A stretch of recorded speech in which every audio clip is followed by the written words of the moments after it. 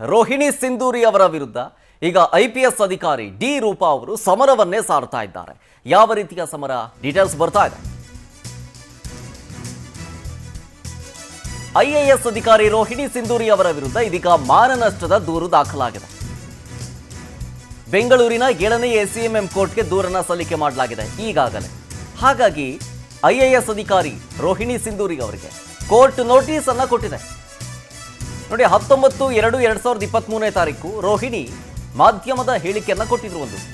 ಅದಾದ್ಮೇಲೆ ಸಾಮಾಜಿಕ ಜಾಲತಾಣ X ನಲ್ಲಿ ಹಂಚಿಕೊಂಡಿದ್ರು ಒಂದು ವಿಚಾರವನ್ನ. ನನ್ನ ವಿರುದ್ಧ ಅವಹೇಳನಕಾರಿಯಾಗಿ ಆರೋಪ ಮಾಡಿದ್ದಾರೆ ಇವರು. 6 ತಿಂಗಳವರೆಗೆ ವೇತನ ನೀಡದೆ ಹುದ್ದೆ ಇಲ್ಲದೆ ವರ್ಗಾವಣೆ ಮಾಡಿದ್ದಾರೆ ಅಂತ. ಈ ಹೇಳಿಕೆಯಿಂದ ಸಹೋದರಿ, ಪತಿ, ಮಕ್ಕಳಿಗೂ ಕೂಡ ಮಾನಸಿಕವಾಗಿ ಹಿಂಸೆ ಆಗಿದೆ. ಹಾಗಾಗಿ ಕ್ರಿಮಿನಲ್ ಮಾನನಷ್ಟ ಕೇಸ್ ದಾಖಲಿಸೋದಕ್ಕೆ ಅರ್ಜಿಯನ್ನು ಸಲ್ಲಿಸ್ತಾರೆ. ಈ ಸಂಬಂಧನೇ ಈಗ ರೋಹಿಣಿ ಸಿಂಧೂರಿ ಅವರಿಗೆ ಕೋರ್ಟ್ ಇಂದ ನೋಟಿಸ್ ಕೊಡಲಾಗಿರೋದು. ಒಂದು ರೀತಿಯಾಗಿ ರೋಹಿಣಿ ಸಿಂಧೂರಿ ಹಾಗೂ IPS ಅಧಿಕಾರಿ ಡಿ ರೂಪಾ ಅವರ ಸಮರ ಈ ರೀತಿಯಾಗಿದೆ. ಮಾನನಷ್ಟ ಮೊಕದ್ದಮೆ, ಮಾನನಷ್ಟ ದೂರು ದಾಖಲಾಗಿದೆ. ಇದೆಲ್ಲ ಶುರುವಾಗಿದ್ದು 19 ಫೆಬ್ರವರಿ 2023. ಅವತ್ತು ಮಾಧ್ಯಮಗಳಿಗೆ ರೋಹಿಣಿ ಸಿಂಧೂರಿ ಅವರು ಒಂದು ಹೇಳಿಕೆಯನ್ನು ಕೊಡ್ತಾರೆ. ಜೊತೆಗೆ ಅದೇ ಹೇಳಿಕೆಯನ್ನು ಸಾಮಾಜಿಕ ಜಾಲತಾಣ X ನಲ್ಲೂ ಕೂಡ ಹಂಚಿಕೊಳ್ತಾರೆ. ಅವಹೇಳನಕಾರಿಯಾಗಿ ಕೆಲವೊಂದಿಷ್ಟು ಆರೋಪವನ್ನು ಮಾಡ್ತಾರೆ ಅಂತ ಡಿ ರೂಪಾ ಅವರು ಹೇಳ್ತಾರೆ. 6 ತಿಂಗಳವರೆಗೆ ವೇತನ ಕೊಡದೆ ಹುದ್ದೆ ಇಲ್ಲದೆ ವರ್ಗಾವಣೆ ಮಾಡಿದ್ರು ಅಂತ.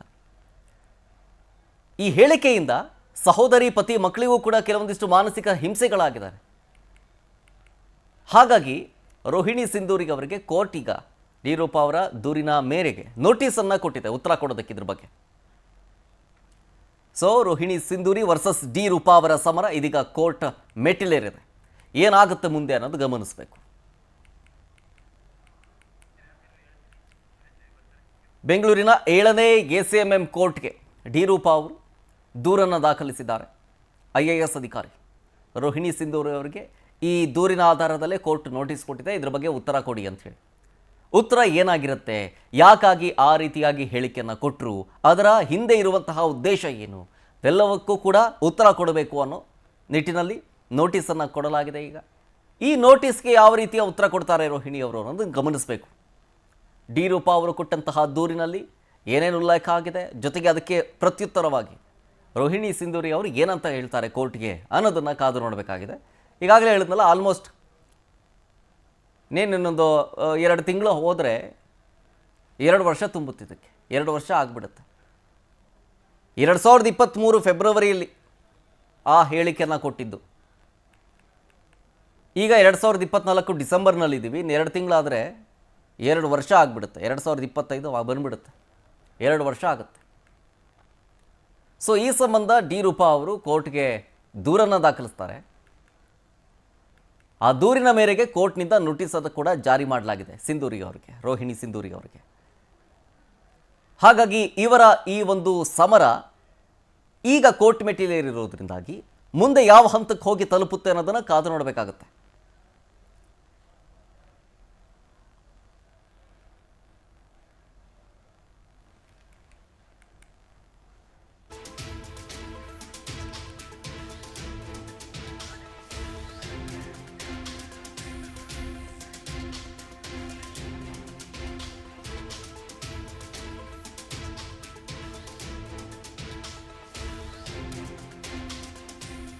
ಈಗಾಗಲೇ ಹೇಳಿದೆ, ರೋಹಿಣಿ ಸಿಂಧೂರಿ ವರ್ಸಸ್ ಡಿ ರೂಪಾ ಸಮರ 2023ರಿಂದಲೂ ಕೂಡ ಶುರುವಾಗಿದೆ. ಇನ್ನೂ ಮುಗಿಯೋ ಲಕ್ಷಣಗಳು ಮಾತ್ರ ಕಾಣಿಸ್ತಾ ಇಲ್ಲ. ಈ ಘಟನೆಯಾಗಿ ಆಲ್ಮೋಸ್ಟ್ 2 ವರ್ಷ ಹತ್ತತ್ರ ಆಗ್ತಾ ಬರ್ತಾ ಇದೆ. ಈಗ ಕೋರ್ಟ್ ಮೆಟ್ಟಿಲೇರಿದೆ. ಈ ಕೋರ್ಟ್ ಇಂದಾಗಿ ಡಿ ರೂಪಾ ಅವರಿಗೆ ಯಾವ ರೀತಿಯ ನ್ಯಾಯ ಸಿಗುತ್ತೆ ಅನ್ನೋದನ್ನು ಗಮನಿಸಬೇಕು.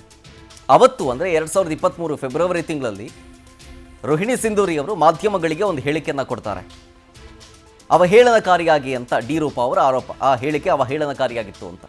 ಸೊ ನೋಟಿಸ್ ಕೊಟ್ಟಿದ್ದಾರೆ ಕೋರ್ಟ್ ಕಡೆಯಿಂದ. ಏನು ಉತ್ತರ ಕೊಡ್ತಾರೆ ಕಾದು ನೋಡಬೇಕಾಗುತ್ತೆ.